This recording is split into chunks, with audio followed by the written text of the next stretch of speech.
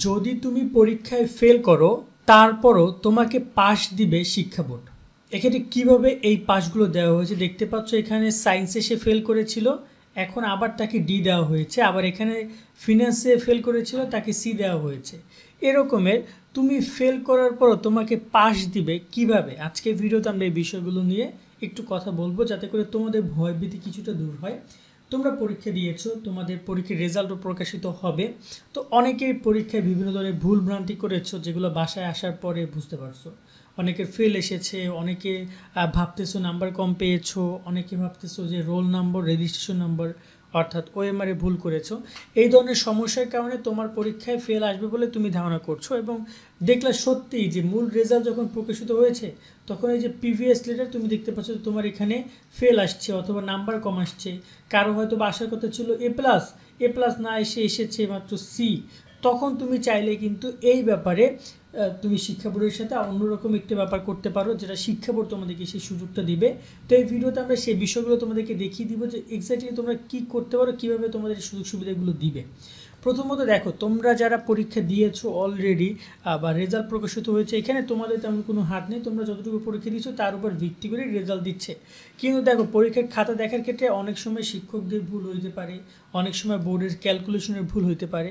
So এই জায়গায় তোমরা যদি ফেল করো বা তোমার যদি নাম্বার কাঙ্ক্ষিত রেজাল্ট না আসে, সেক্ষেত্রে অফকোর্স তুমি বোর্ডের এই নিয়মটা অ্যাপ্লাই করবা, যার নাম হচ্ছে বোর্ড চ্যালেঞ্জ। আমরা গত বছরের বোর্ড চ্যালেঞ্জের রেজাল্ট দেখছিলাম, দেখতে পাচ্ছ এখানে হোম সায়েন্সে একজন শিক্ষার্থী, তার রোল নাম্বার হচ্ছে এইটা, যেখানে সে পাইছিল এফ, মানে পিবিএস লেটার, এখানে এইটা হচ্ছে পিবিএস গ্রেড, অর্থাৎ সে বোর্ড চ্যালেঞ্জ করার আগে তার কত ছিল এবং এটা হচ্ছে বর্তমান রেজাল্ট প্রকাশ করার পরে কত। তো এখানে সে পেয়েছে এফ, তুমি দেখতে পাচ্ছ। তারপরে তার চলে আসছে ডি, বা তার চলে আসছে এখানে ডি, এখানে ডিতে চলে আসছে এফ ছিল, এখন চলে আসছে সি।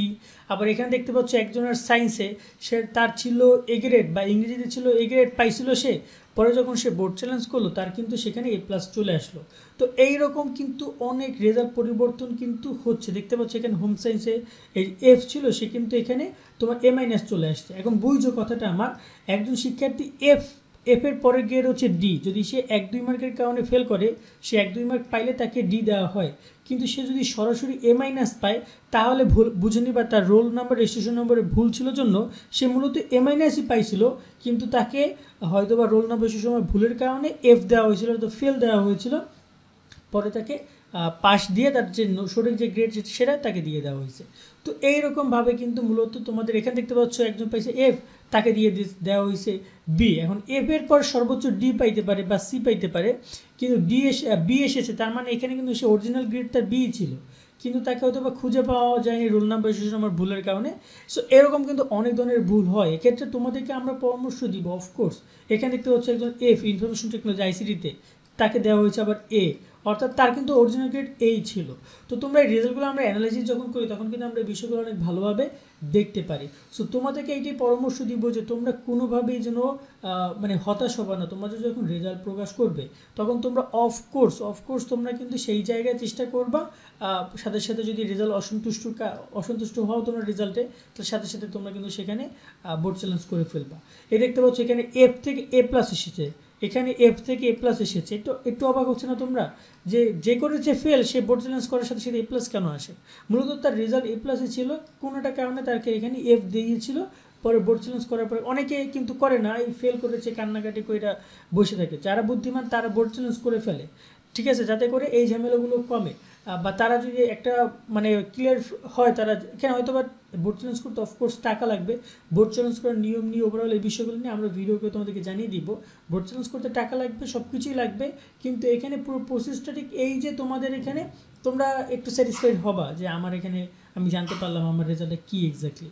তো এই জায়গায় আমি তোমাদেরকে বলবো, এখানে অনেকেই হয়তো বা এ গ্রেড পাবা, 1-2 মার্কের কারণে এ প্লাস পাবা না, তোমরাও চেষ্টা করবা মার্কশিটটা দেখে। মার্কশিট কিন্তু দেখা যায়, ঠিক এরকমভাবে মার্কশিট দেখতে পারবা, বা তোমাদের এখানে মার্কশিট দেখার বিভিন্ন ওয়েবসাইট আছে, আমরা রেজাল্ট দেখার ওয়েবসাইটগুলো তোমাদের দেখাবো। তো এখানে তুমি থিওরিতে কত পাইছো, এমসিকিউতে কত পাইছো, প্র্যাকটিক্যালে কত পাইছো, টোটাল কত পাইছো, সেগুলো দেখতে পারবা। যেমন ধরুন এখানে যদি আমি একটা কথা বলি, এখানে রেজাল্ট তোমাদেরকে আমি দেখাই, দেখতে পাচ্ছ এখানে 57 পাইছে, ইসলাম শিক্ষায় ও 57 পাইছে। এই যে তোমরা দেখো 57 পাইছে, ও যদি 3 মার্ক পায় তাহলে কিন্তু ওর এখানে বি এর জায়গায় এ মাইনাস চলে আসে, তাই না? আবার ধরে নাও যে এখানে একজন একদম 33 পাইছে, 3 10 33 পাইছে। আচ্ছা, এখানে যদি সে চাইলে একটু মার্ক বাড়িয়ে নিতে পারি, এখানে পাইছে 69, মানে 1 মার্কের জন্য সে এই গ্রেড কিন্তু পায় নাই বায়োলজিতে, মানে 26 25 আর 18 মিলে 69 পাইছে, 70 হলেই কিন্তু সে এখানে এ গ্রেড পাইতো। সেখানে তুমি কিন্তু চাইলে এরকম সাবজেক্টে বোর্ড চ্যালেঞ্জ করতে পারো। যেমন এই যে আমি এখানে দেখাচ্ছিলাম যে একজন এই যে এ গ্রেড থেকে এ প্লাস পাইছে, সো দেখা যায় তার আগে পয়েন্ট ছিল 4.83, পরে কিন্তু তার জিপিএ 5 এসেছে ওভারঅল সব সাবজেক্টে। তো এই বিষয়গুলো কিন্তু গুরুত্বপূর্ণ। তো আমি বলবো যখন তোমাদের রেজাল্ট প্রকাশ হবে তখন তোমরা আগেই হতাশ না হয়ে বোর্ড চ্যালেঞ্জ করবা। আমরা তোমাদেরকে বোর্ড চ্যালেঞ্জ নিয়ে সব ইনফরমেশনগুলো জানাবো সঠিক সময়ের মধ্যে। সো তোমরা এটা নিয়ে কোনোভাবে টেনশন নিবা না, কেমন? আর একটা কথা সবসময়ের জন্য মাথায় রাখবা যে 3 ঘন্টার পরীক্ষা ঠিক আছে, 3 ঘন্টার পরীক্ষা লাইফে অনেক কিছু নির্ধারণ করে, কিন্তু সব কিছু নির্ধারণ করে না যে তুমি একদম সব কিছু নির্ধারণ করতেছে, তোমার না হলে তুমি একদম মানে দুনিয়াতে থাকতেই পারবে না, এমন কিছু না। এটা জাস্ট পরীক্ষা ঠিক আছে, ভালো কথা চেষ্টা করেছো, হয় না তো কি, আবার চেষ্টা করবা, ব্যাপারটা ঠিক এরকমেরই। আজকের মতো আমরা এখানে বিদায় নিচ্ছি। সকলে অনেক অনেক ভালো থাকবা। আল্লাহ হাফেজ।